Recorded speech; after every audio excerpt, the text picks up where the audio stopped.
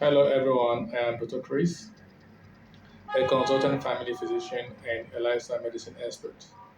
Can you imagine a medicine that can heal your body, prevent diseases, help to regulate your mood and emotions, balances your hormones, stretches your immune system, and yet it is absolutely free? You do not need a prescription to get one.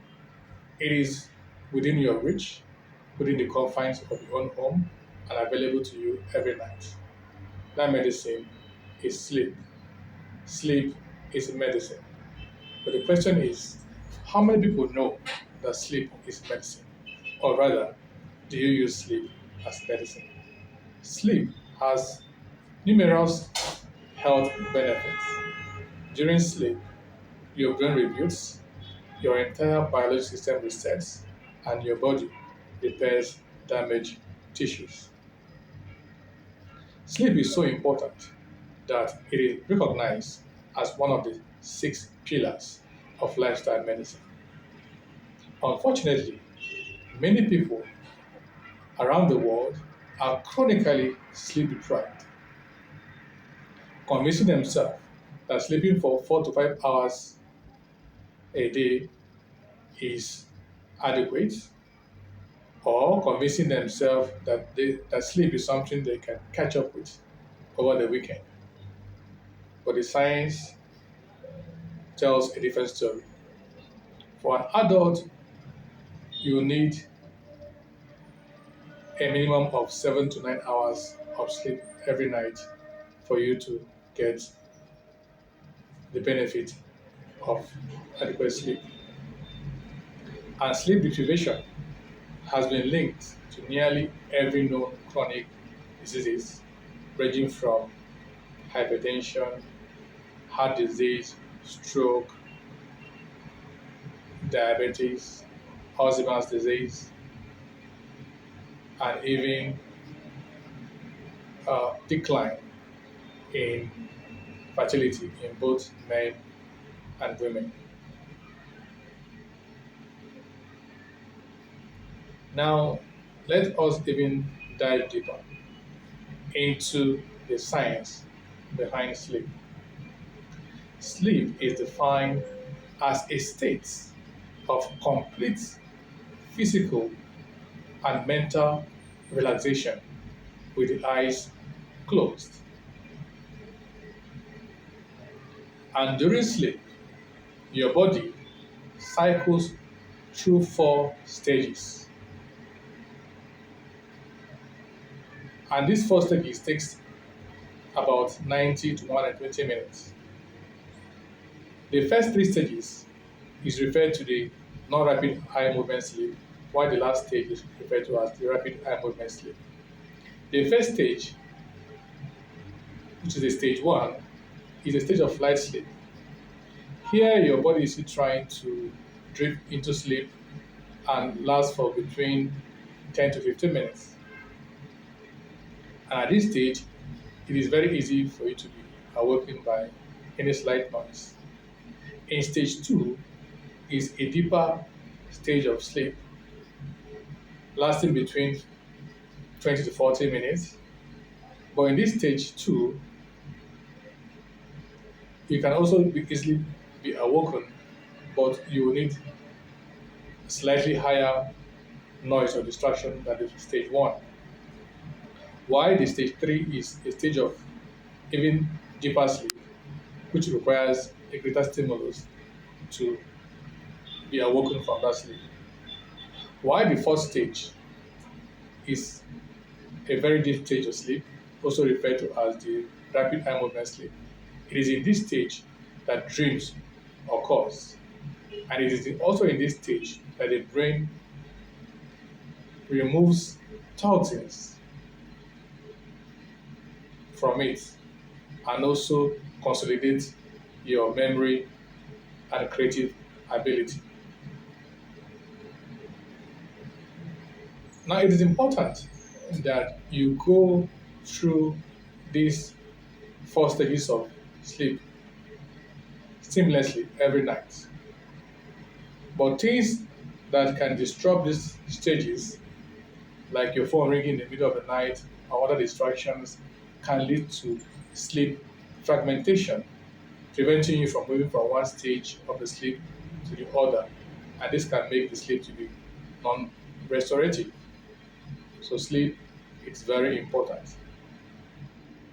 And because sleep is very important, it is important that you plan to have a successful sleep.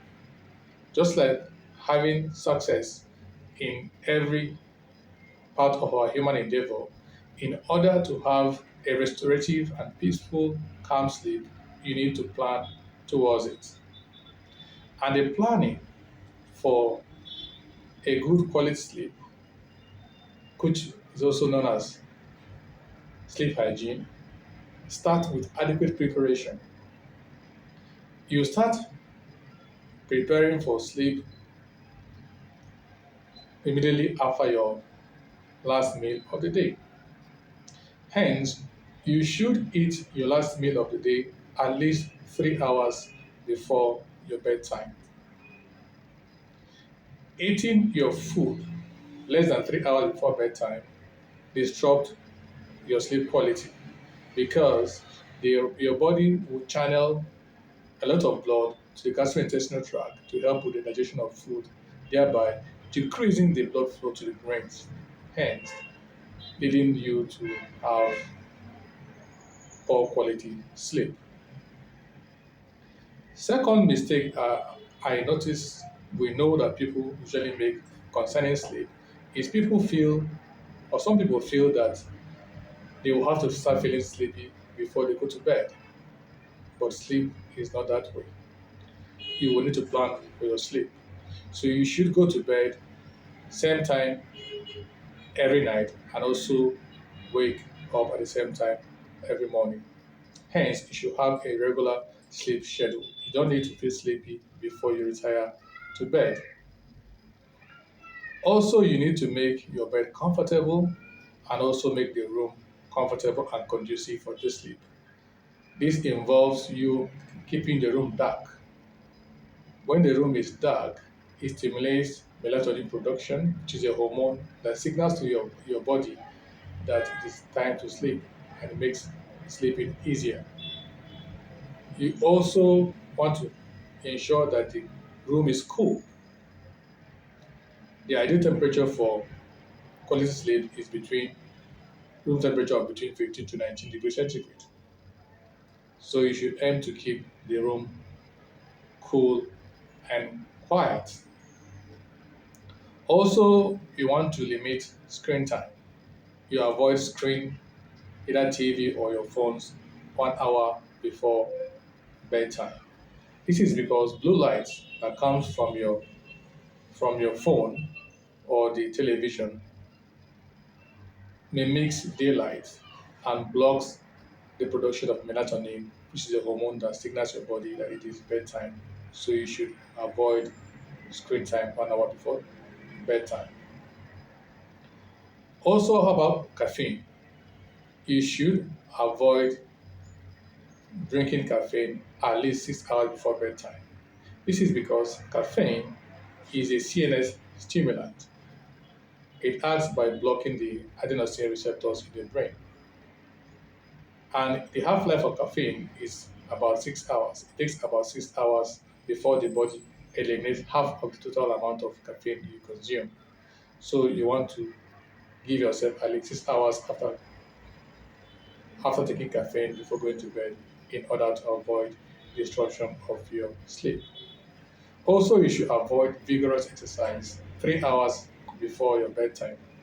Vigorous exercise less than 3 hours before your bedtime could lead to disruption of your sleep, leading to poor quality sleep because vigorous exercise increases your heart rate, increases your body temperature, which is not conducive for adequate sleep.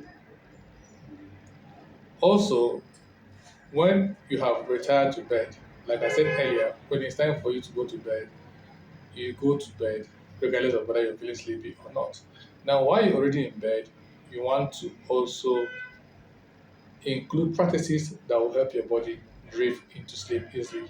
This includes practice like meditation and, and breathing exercise. For meditation, you want your mind to dwell and thinking about how your day went. You think about things that brings you joy.